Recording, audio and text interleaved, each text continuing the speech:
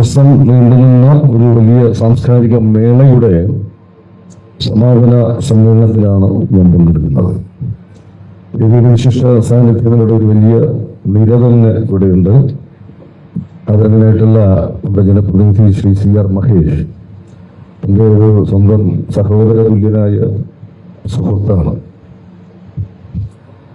ഇവിടെ ശ്രീ NV പ്രദീപ് കുമാറുണ്ട്. ഒരുപാട് സിനിമകളിൽ ഞാൻ അഭിനയിച്ചിട്ടുണ്ട്. പ്രിയപ്പെട്ട ശ്രീ ജോസ് തോമസ്, മലയാളത്തിലെ പ്രശസ്ത സംവിധായകൻ. ആലപ്പി അഷ്റഫിക്കയുടെ സിനിമകളിലൊന്നും ഞാൻ അഭിനയിച്ചിട്ടുണ്ട്, പക്ഷെ ഞാൻ നല്ല സൗഹൃദമുള്ള മനുഷ്യൻ ശ്രീ NV പ്രദീപ് കുമാർ, അതുപോലെ വിശിഷ്ട വ്യക്തിത്വങ്ങൾ ശ്രീ സലീം ഹസൻ ഉൾപ്പെടെ ഇവിടെ കേരള രാഷ്ട്രീയത്തിലെ ഒരു വലിയ വ്യക്തിത്വം ശ്രീ ജോസഫ് വാഴക്കൻ.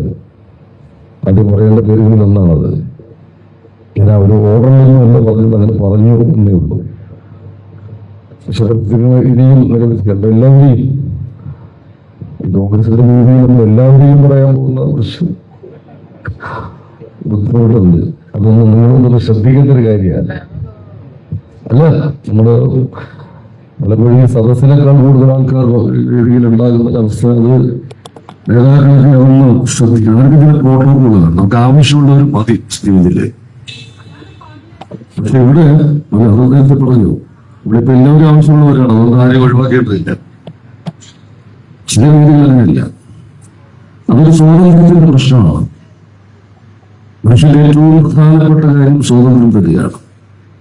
ശ്രീ CR പറഞ്ഞല്ലോ, ആവിഷ്കാര സ്വാതന്ത്ര്യം, കലാകാരന്റെ ആവിഷ്കാര സ്വാതന്ത്ര്യം എന്നൊക്കെ പറയുന്നത് ഏറ്റവും വലിയൊരു വിഷയമാണ്. ഇതൊരു രാഷ്ട്രീയം സംസാരിക്കാനുള്ള ഒരു വേദിയല്ല എന്ന് ആമുഖമായിട്ട് അദ്ദേഹം പറഞ്ഞതുകൊണ്ട് ഞാൻ രാഷ്ട്രീയം ഒന്നും അവിടെ പറയുന്നില്ല. അതിനല്ല വന്നത് ഞാൻ.